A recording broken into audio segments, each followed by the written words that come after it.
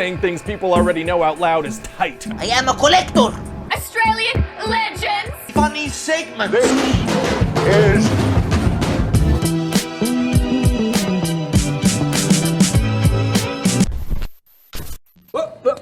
Here I come. What's up, everyone? It's Adam from FWCI. Let's have a look at the Hancock Pitch Meeting. No, not that Hancock. That's the one. Holy shit, what the fuck is going on with Will Smith, man? I'm gonna have a little bit of a talk about that slap after this reaction here. I don't know where else to, it would be relevant to discuss that, but we'll have a chat about the slap after the reaction for those that are interested in sticking around for that. Other people might be bored fucking shitless of hearing about it. I might chuck a bunch of memes at the end. I'm in a Simpsons shitposting group and there have been some quality Will Smith, Chris Rock slap memes that I'll share with you guys at the end. But let's talk about Hancock. I have seen Hancock. I think I've seen it like twice. I remember watching it the whole way through both times. I remember it being a pretty engaging movie, but I just never went back and watched it again. Maybe it just never showed up on streaming services, or I think it did though. I don't know. It was an unusual movie, and I think the ending was not as fun and interesting as the start, when Charlize Theron gets her powers and reveals her powers and all the rest of it. But let's see what the pitch meeting's all about. Yeah, where are we gonna go with this one? You could take this in a few different directions. I'm keen. Let's do it. So, you have a movie for me? Yes, sir, I do. I was thinking we have Will Smith star as a superhero, right? And we call the movie Tonight He Comes. Tonight He Comes. That sounds a little weird, to be honest, a little dirty. No, that does sound a little weird now that you mention it. Well, maybe we can name the movie after his character's name. What's his character's name? Hancock. That sounds a lot better. Yeah, let's go with that. Fantastic. So what happens in this thing? Well, Hancock is this alcoholic superhero, right? And he's careless, you know? He's half-heartedly saving people. He's really not into it. So why does he do it? Because he's a superhero. I guess that makes sense. And he's got this thing where if somebody calls him an a-hole, that just sets him off. Like this little kid calls him an a-hole and he launches him into the air. Oh my god. Yeah, so everybody hates this Hancock guy. I bet. And so one day Hancock saves this guy Ray from getting hit by... I don't know, have we seen this kind of a superhero character in other things? Like the one that kind of reluctantly has powers, is completely self-destructive, and still like kind of reaching out and doing things in his own fucked up way. We have like anti-heroes, which is kind of what he is at the moment, but I'm just trying to think if there's ever been one that was just like, oh, I'm so fucking sick of having these stupid powers. Yes, fucking, alright, train, stops the fucking train with his hand. Yeah. Anyone? Let me know in the comments. By a train, by honestly probably killing the train conductor. What? And see, the thing about Ray is that he works in PR. Puerto Rico? No, sir. He's a public relations expert, and he's trying to convince corporations to join his HEART initiative and give stuff away for free in ways that would help the planet, like medicine and stuff. Okay. So because Hancock saved Ray's life, Ray is like, hey, I can help rework your public image because everyone hates you. How does he plan on doing that? By sending him to jail. What are you talking about? Yeah, he's like, we'll send you to jail, and then people are gonna realize they need you. I guess that makes sense. So when he's in jail, he's gonna have to deal with all these bad guys who want to beat him up since he's the reason they're in jail. Uh-oh, it's gonna be hard to get out of that situation. Actually, it's gonna be super easy. Barely an inconvenience. Oh, really? Yeah, because see, he's a superhero. Yeah. So they were never a threat at all. Right. Why did they even think they could intimidate him? I don't know. Well, okay then. Anyway, so he takes a guy's head and shoves it up another guy's butt. Yeah, right. Wait, really? Yeah, that's a real scene in this movie. Hancock's gonna put a man's head inside another man's butt. Oh, that would probably kill both of them, wouldn't it? Yeah, you'd think so, but I checked the script and turns out that's not deadly. But you wrote the script. I did, yeah. Okay. So after Hancock's in jail for a little... That's some straight up Homelander shit. Maybe this movie was a bit ahead of its time. I don't think we were really in the realm of like the, you know, shit superhero character that we're kind of accustomed to now. a while, there's a big robbery that happens, so the city needs him to help. Oh yeah, he's got to get out of there. You know it, sir. So he gets ready, he puts on this costume that Ray made for him, he shaves, and then he like hurry up and get to the robbery. Now this is one of those all-day robberies where there's not really any rush. Oh, okay. So he gets there, and these guys are firing explosives all over the place, and he's got to help this one policewoman who's pinned behind a car. Oh. So they're shooting at him, and he goes and rescues this lady, and it's a very cool moment. Why didn't they shoot explosives at that car? Oh, unclear. And then one of the guys has a detonator strapped to his hand, so if he dies, all these hostages are gonna die too. Oh no. So Hancock cuts the guy's hand off and saves the day. Oh, wow, wow, wow, wow, wow, wow. Yeah, and so now everybody likes Hancock. Wow, well that was a very fun movie. Yeah, exactly. That's what I mean. The start of it was actually quite interesting. He looks badass in that costume. Like, this was obviously just a big, like, let's get Will Smith in a superhero costume. I think this was around about, like, the Dark Knight, maybe Man of Steel time frame when this came out. Yeah, well, that was like the first movie within this movie. What? You know, we're just abruptly gonna go a completely different direction with it. What the heck are you talking about? Yeah. Well, Hancock goes out and celebrates with Ray and his wife, and then he tries to kiss Ray's wife on the lips. Oh, so this guy's still a jerk. Oh, very much so. But then it turns out she has superpowers too, so she launches him through the wall, absolutely destroys their house. Oh my God, why? Well, because she doesn't want her husband to know that she has powers. So she destroys her house with her powers while he's sleeping. She does, yeah, and then she gets in a very public fight with Hancock in the middle of Los Angeles. Wearing a mask or something? Face fully exposed, just fighting in the streets of LA, destroying a ton of property because she doesn't want her husband to know. That's right, but then the fight stops right in front of Ray's building, so he's like, what? I mean, she was doing a terrible job at keeping that secret anyway. So we find out that Ray's wife, Mary, used to be married to Hancock, and they're thousands of years old, and he's had amnesia for 80 years, and if they get too close, they both lose their powers. Oh, wow. Yeah, this is a totally different movie now, isn't it? You know what sucks, though? That's a good idea for a movie as well. Like, I actually kind of like that storyline, but yeah, they sort of just like smash these two stories together just out of, completely different, yeah. And are there any villains or antagonists in this thing? Oh, I'm glad you brought that up, sir. We got some real good bad guys for the final showdown of this thing. Oh, yeah? Oh, yeah. We got the guy from the robbery who only has one hand left, and we got those two guys, you know, the two where one of their heads went in the other one's butt. Okay. In his butthole, you know, the butthole guys. Those are the villains? Those are the villains, sir, and they want to bust out of jail and go shoot Hancock as revenge for the hand and butt stuff. Oh, hand and butt stuff is... No, yeah, good catch. So they know that Hancock is losing his powers when they come up with this plan? No, at that point they don't know yet. So their evil plan is to go shoot the bulletproof guy. That's right, and then conveniently for them, after they hatch up that plan, Hancock becomes, you know, not bulletproof anymore. Wow, yeah, that worked out great for them. It did, and so since Hancock is losing his powers, he ends up getting shot and hurt during a robbery, and he has to go to the hospital. Oh no, it's pretty bad, so Mary goes to visit him, obviously. Isn't her being close to him what's making him suffer like this? It is, yeah. So her doing the opposite of what she's doing would help him tremendously. Tremendously. So then those hand and butt guys show up and shoot them. Oh boy. And Hancock gets stabbed in the back, which she feels. Oh, they feel each other's pain? Yeah, sure. Maybe that's part of it too. Yeah, why not? So Hancock...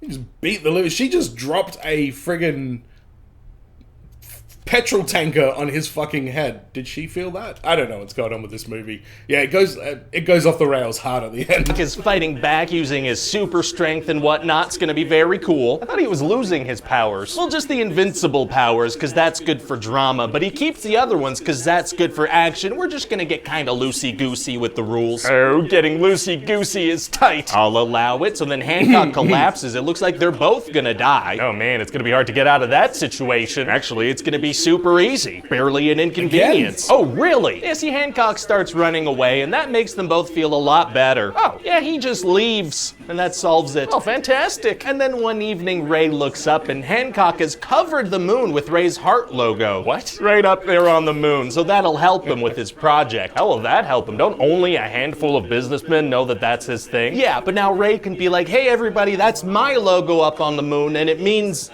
give away your medicine for free. All right, so everybody please do that now. That's not gonna play out that way. It might. How did Hancock even put a logo on the moon? Paint, I guess. You're saying he carried enough paint cans to cover the moon up into outer space? Yeah, that's like hundreds of millions of paint cans that he brought. Yeah, well see, the thing you need to understand about the moon is that I'm gonna need you to get all the way off my back.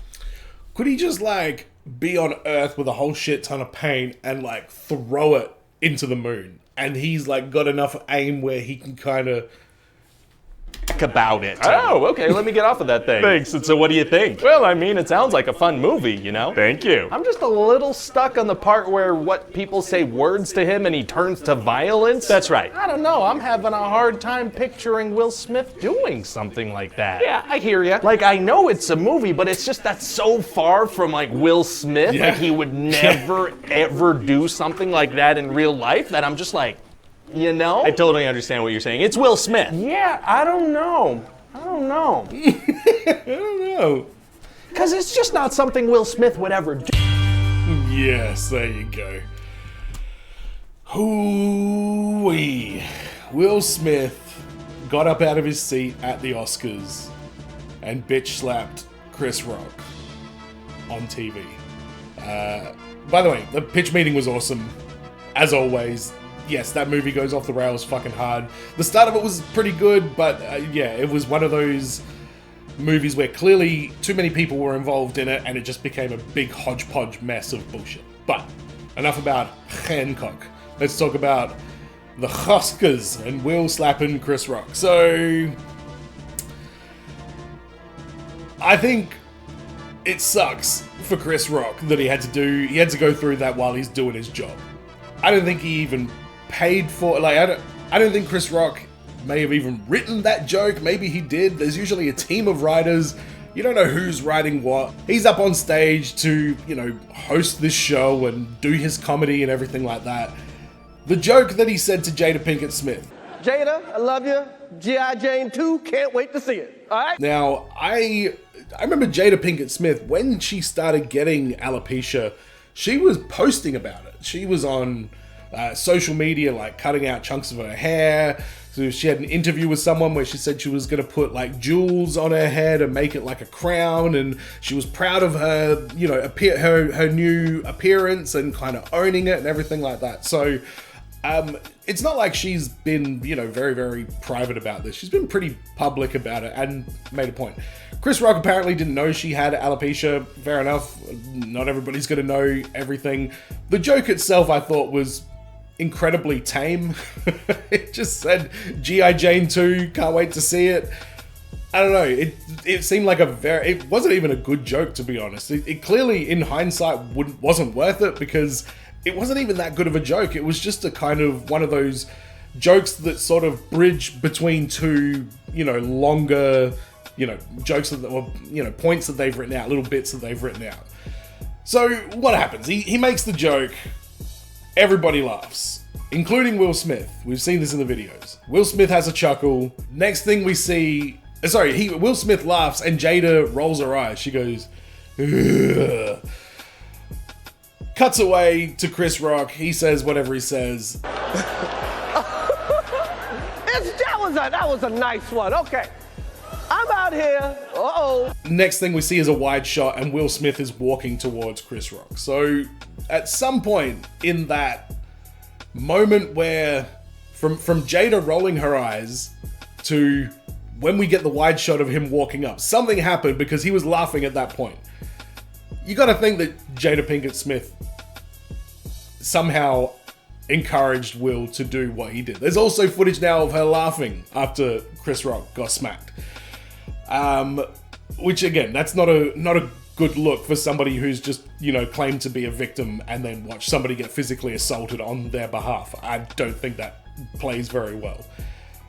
I think it's sad that Will Smith is in a situation where he felt so compelled to have that reaction on behalf of his wife.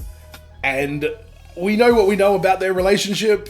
I'm not going to go into any details on that, but there does clearly seem to be a little bit of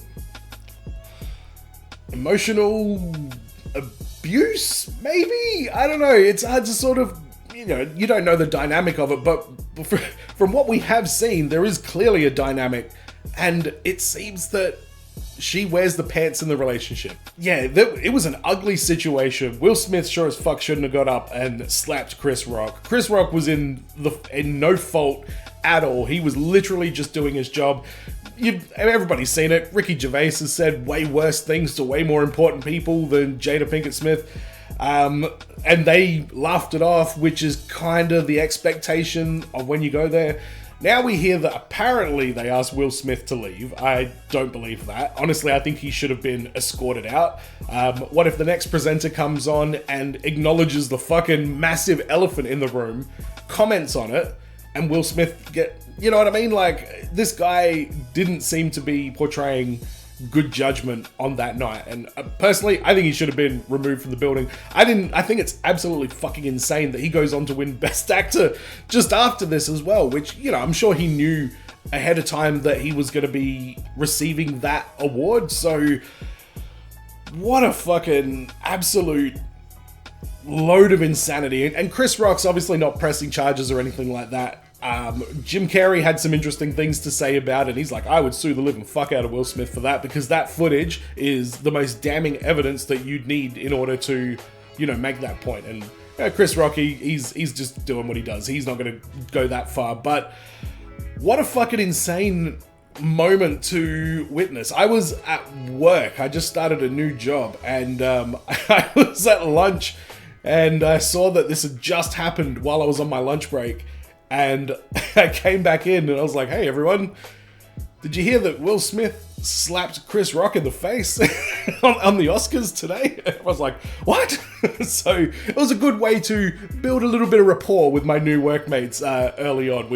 Everyone looked it up straight away and were watching it like, do you think it's real? Do you think it's fake? Blah, blah, blah. And of course we get Will Smith, keep my wife's name out of your fucking mouth! Which I thought was an overreaction again. Will Smith, and he's retired now from, well, not retired, he has resigned from the screen, whatever it is, like the Academy for Actors, I don't know what the fuck it is. It's the one that makes you like eligible to win all these awards and shit. He's stepped away from that, which, you know, we're still gonna see him in movies and stuff. And for the record, I absolutely fucking love Will Smith. I'm that perfect age. I was, you know, probably 6 years old when The Fresh Prince of Bel-Air came out. That in Australia became like really frequently replayed after school at like 4 o'clock in the afternoon. And I used to watch it so fucking much. Loved that. Loved Bad Boys. You know, even liked his Deadshot in the Suicide Squad movie. Gemini Man, I thought, was unfortunately marketed. I don't think they should have spoiled in the marketing that it was young Will Smith versus old Will Smith. I think that would have been way better if that was a surprise during the movie. So they kind of fucked themselves a little bit there. But Will Smith's fucking awesome, and it's a shame to see that level of poor judgment come out of Will Smith. And yeah, I hope he's feeling better. I hope him and Jada can sort out whatever the fuck is going on in their life. And yeah, I don't usually comment on this kind of social situation here, but I just can't help but say something about it, because we're living in the time where this fucking happened. An actor walked up and bitch slapped a comedian at an awards ceremony. Like, man. And, you know, Mel Gibson resisted the urge to bitch slap Ricky Gervais. So, again, this is some pretty fucking outrageous shit. But 2022, show me what you got. Other than this, I'm keen to see what the rest of the year holds. But subscribe if you're new to the channel. Let me know in the comments if you want me to check out anything else. Got more pitch meeting reactions coming up with the Batman movies, and then probably Marvel. I'm going to be reacting to The Boys Season 3 when it comes out, so subscribe for that. And as always, everyone, be well, stay safe, keep my wife's name out your fucking mouth. See you in the next video.